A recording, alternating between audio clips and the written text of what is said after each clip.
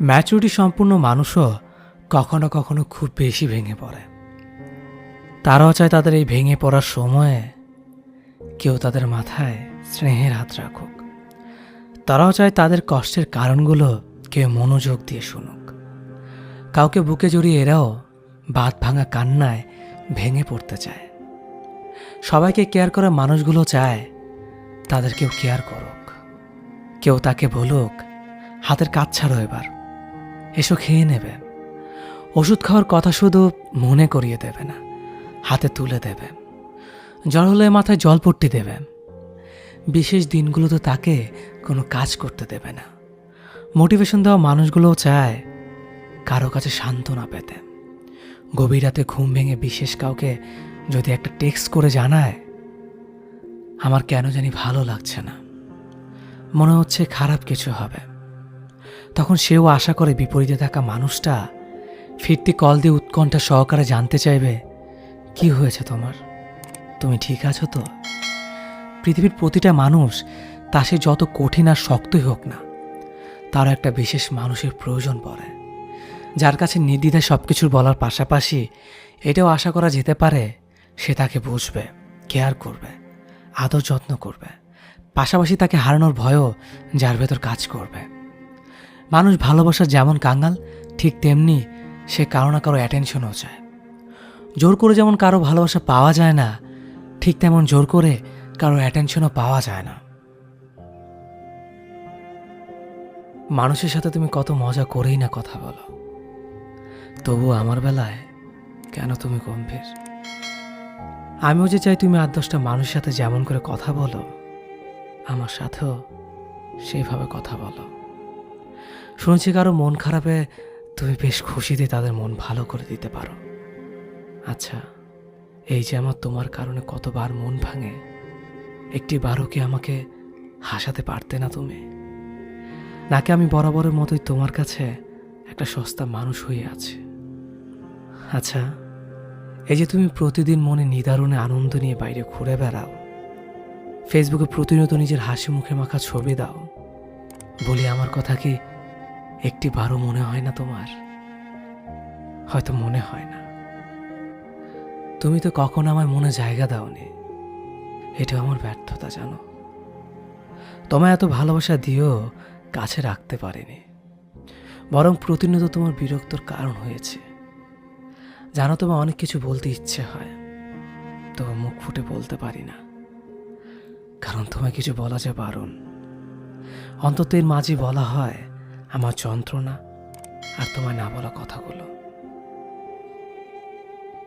সর্বোচ্চ ভালোবাসার পরেও একটা মানুষ কখন চলে যায় জানেন? একটা মানুষ তখনই চলে যায় যখন সে বুঝতে পারে তার ভালো লাগা জায়গাটা ঠিক আপনি নন, অন্য কেউ। একটা মানুষকে আপনি নিজের সবটুকু দিয়ে ভালোবাসতে পারবেন, সর্বোচ্চ প্রায়োরিটি দিতে পারবেন, তার ছায়া হয়ে পাশে থাকতে পারবেন, কিংবা তার জন্য নিজের সব কিছু বিসর্জনও দিতে পারবেন। কিন্তু দিন শেষে ওই মানুষটার ভালো লাগা কিংবা ভালো থাকার জায়গাটা কোথায় হবে, সেটা আপনি কিংবা আমি নির্ধারণ করে দিতে পারবো না। সে যদি একবার ডিসাইড করে নেয় যে আপনি তার ভালো লাগার জায়গা নন, তবে গল্প ওইখানেই শেষ। এরপর আপনার হাজার ভালোবাসা, হাজার চেষ্টা, হাজার কষ্ট, কোনো কিছুতেই তেমন কাজ হবে না। কারণ সব কিছু শেষে মানুষ তার ভালো লাগা জায়গাতেই ছুটে যায়। তাকে আটকানোর সাধ্য আমার কিংবা আপনার নেই। এখানে দোষটা কার? দোষটা এখানে আপনারও নেই, কিংবা ফেলে চলে যাওয়া মানুষটারও নেই। আসলে দোষটা হচ্ছে মনের। মন একবার যাকে চাইতে শুরু করে, তাকে আর চোখের আড়াল হতে দিতে চায় না। এবার সে মরীচিকা হোক, তবুও মন তাকেই চাইবে, কারণ ওই যে আত্মার টান। এই টান ছিঁড়ে তাকে নিজের কাছে নিয়ে আসা এতটাও সহজ ব্যাপার না। পৃথিবীর সব মায়া কাটানো গেলেও অতীতের মায়া কাটানো যায় না। অতীতে একটা বিষের পেয়ালা, মরণ ফাঁদ।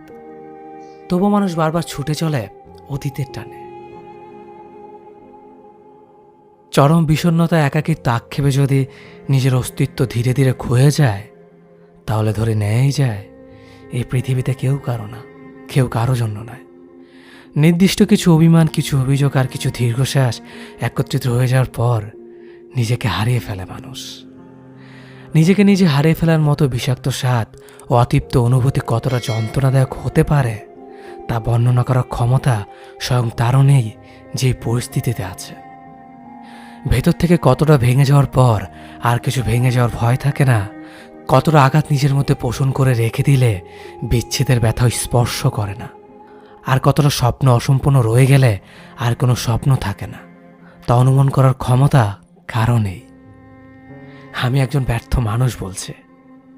এখন আমার অস্তিত্ব ছিটেফোঁটা জীবন্ত, তবে সম্পূর্ণভাবে ক্ষয়ে গেলে মিশে যাব ধুলোবালিতে, কুয়াশায় কিংবা মেঘের সাথে। আমি হারিয়ে যাওয়ার পর আমাকে খুঁজতে আসা মানুষেরা ঠিক কতটা দীর্ঘ শ্বাস ফেলবে আমাকে হারানোর ব্যথায় তা আমি জানি না, তবে এতটুকু জানি আমাকে ছাড়া তাদের জীবন থেমে থাকবে না।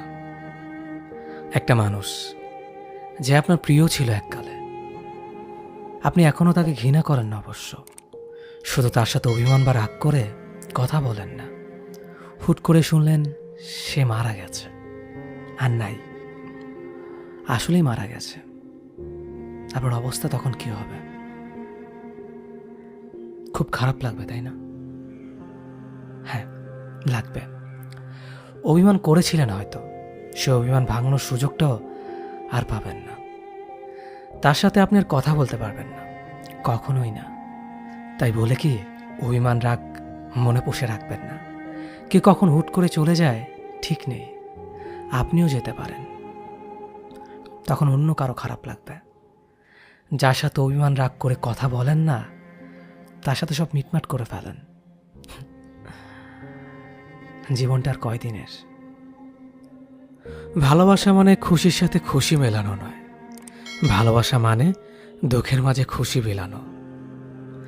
ভালোবাসা মানে সুসময়ে পাশে থেকে দুঃসময়ে পালিয়ে যাওয়া নয়, ভালোবাসা মানে সবসময় পাশে থাকা।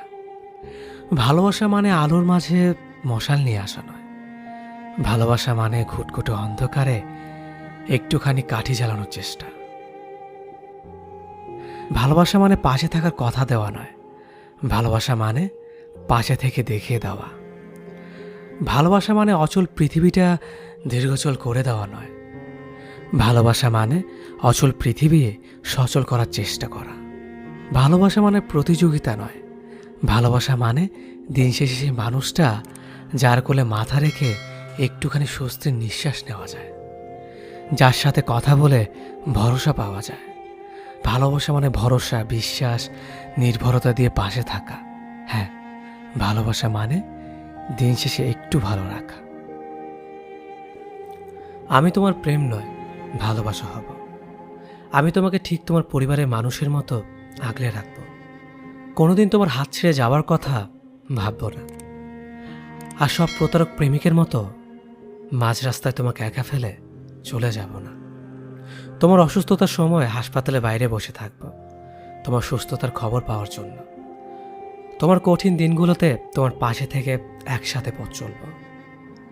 সমাজের মানুষের কথায় কান না দিয়ে আমাদের মতো করে জীবনটা কাটাবো। বৃষ্টি আসলে একসাথে ভিজবো হাতে হাত রেখে। রাস্তা পার হওয়ার সময় তোমার হাতটা ঝাপটে ধরে রাখবো।